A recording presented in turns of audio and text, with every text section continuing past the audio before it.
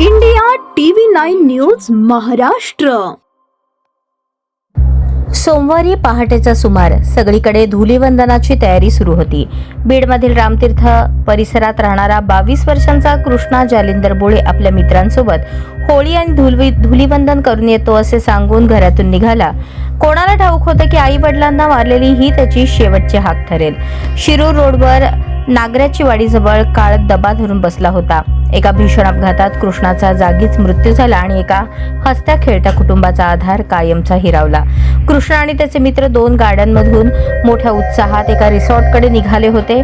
तरुण वय सोबतीला जीवा भावाचे मित्र आणि सणाचा उत्साह, पण नियतीच्या मनात काहीतरी वेगळंच होतं। भयधाव कारवरचं नियंत्रण सुटलं आणि ती कार रस्त्याच्या कडेला एखाद्या खेळण्यासारखी 4 वेळा उलटली। गाडीचा अक्षरशः चक्काचूर झाला।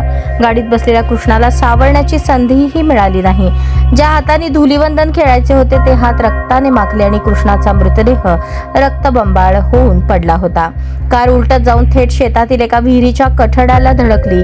जर तो कठडा नसता तर कार थेट विहिरीत कोसळली असती आणि इतर मित्रांचाही जीव वाचवणं कठीण झालं असतं। मागून येणाऱ्या थारमधील मित्रांनी धावत जाऊन आपल्या रक्ताळलेल्या मित्रांना बाहेर काढलं, पण कृष्णाची हालचाल तोवर थांबली होती।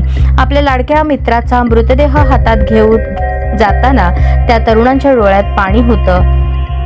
कृष्णाच्या मृत्यूची बातमी समजताच रामतीर्थ परिसरात शोककळा पसरली। ज्या घरातून पहाटे कृष्णा हसत खिदळत बाहेर पडला होता त्याच घरात त्याच्या आई वडिलांचा हंबरडा काळी चिरून टाकत होता। पोरा लवकर येतो म्हणाला होता, ससा अर्ध्यावर सोडून का गेला असा टाहू आईनं फोडला। या अपघातात प्रसाद खोले याची प्रकृती अत्यंत चिंताजनक असून संभाजीनगरमध्ये उपचार सुरू आहेत, तर यश पेंढारे आणि दुसरा एक मित्र बीडमध्ये मृत्यूशी झुंज देत आहेत। संपूर्ण जिल्हा आज त्या तरुणांसाठी प्रार्थना करत आहे।